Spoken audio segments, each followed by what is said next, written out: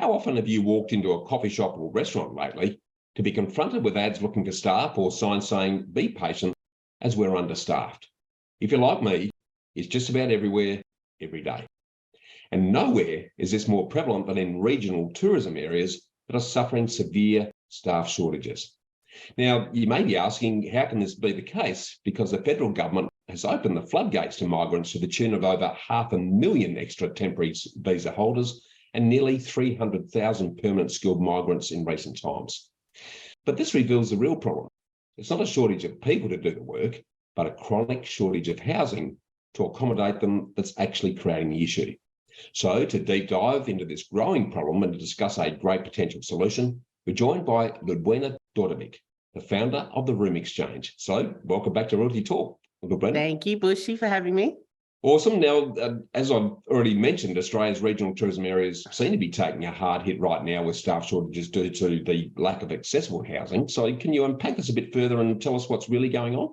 Yeah, I'll paint a picture actually. So my husband and I recently went away to Lake Eildon. Oh my gosh, I'm getting my holiday places mixed up.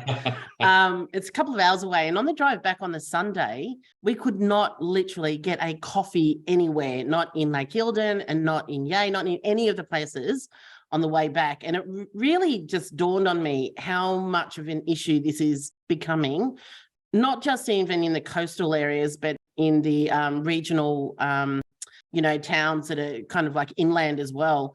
And I grew up in the country, and I can't believe that this is actually occurring. And what I'm hearing is I'm having lots of conversations, particularly at the moment with the Apollo Bay, Colac area down there in Geelong, that there is just no housing available. And I'm not even talking about affordable. There's no accessible housing available.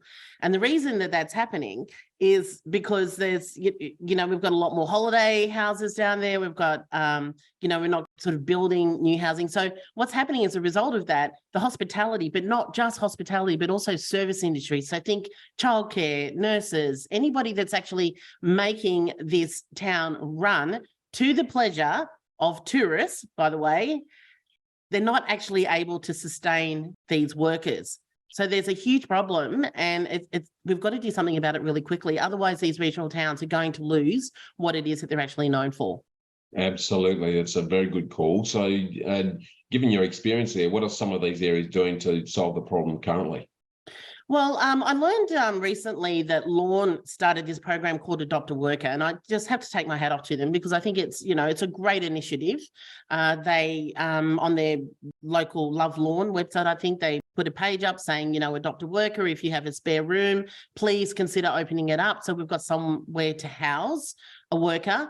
But, with those sorts of things, it actually requires human time unless the technology is there to back it up.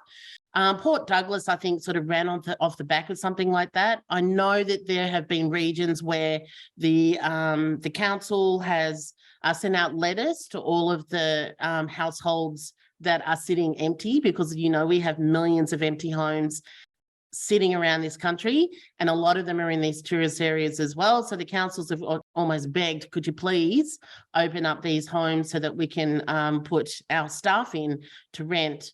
There's a number of things like that have occurred, but the challenge that they've all faced is the concern from the homeowner point of view is like, but hang on a second, somebody's going to be living in our house. How do we know that we're going to be safe? How do we know anything about them? Who are they? Are they going to comply with our house rules? Are they like who we are? And so these issues are then faced. And I've also found a number of not-for-profit organisations who have tried to match up, not necessarily in the tourist areas, but elderly with, university students. And again, they're faced with the same problem because they're not-for-profit, they don't have the funding or the tech background or the business knowledge to actually make that work, the marketing, etc. They've not actually had any success with them. So, again, I take my hat off to the fact that they're actively trying to do something, but we need something more solid and grounded and proven to be able to help them with that. Well, that really opens the door to your unique platform, the Room Exchange, in helping to solve this problem, because I know that some of those issues you've just mentioned are well and truly covered for what you're doing. So for those that don't know about the Room Exchange, tell us what is it and how are you helping?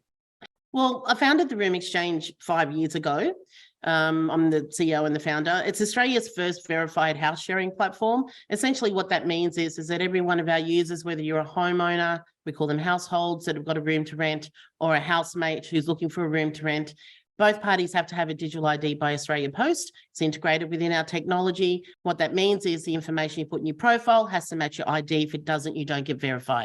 And so what that does is it removes potential problematic people, because if they've got ill intentions, they're not going to want to be identified in that way. So that's tick number one. And the second thing is that the profiles make it easy to be matched based on personality, values, and lifestyle. So you feel like you're coming home to a friend. So if you're a homeowner with a spare bedroom and you're thinking, well, what if we don't get along? I guarantee you with our profiles, you'll look at them and you'll say, I think that might be my new best friend. Right. And then the third thing is that you can choose a traditional rental option, or you can choose a rent offset. Now, in the tourist areas, think about this. You know, you might have a holiday house. It's massive. It's got a spare bedroom that maybe a housemate can live in. They can mow the lawns. They can chop the firewood, get the fire going, fill the fridge up with food, get it all ready for when you come down for your holiday, or when your guests are coming for a holiday. They can maybe cook some meals while you're there, maybe look after the kids. There's a number of different ways that we can actually look at this so that it benefits not just or it helps improve the problem, but it can also add value to the household. And that's what we're all about. The households aren't doing our housemates a favor. They're not there to save people or to, solve problems out there in terms of the rental crisis.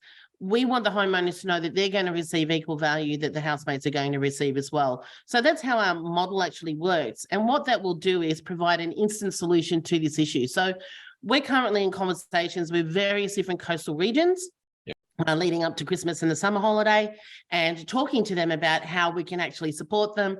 We're in conversations with some pretty big regional towns and also with state government on how we can not only help them with their tourist areas, but also with the housing crisis. So, we're really open to having conversations with anyone, whether you're a small council, a small traders association, head of tourism in your region, CEO of your town. If you want some advice on how, we can help you and let you know how we can, just please get in touch. We're ready to actually help you solve this issue. Well, it's a great solution that can be sort of instituted straight away. So I'd really want to thank you for sharing and revealing this great solution to what's become a national problem now, Ludwina. And thanks for your time on the show today. My pleasure. Thank you.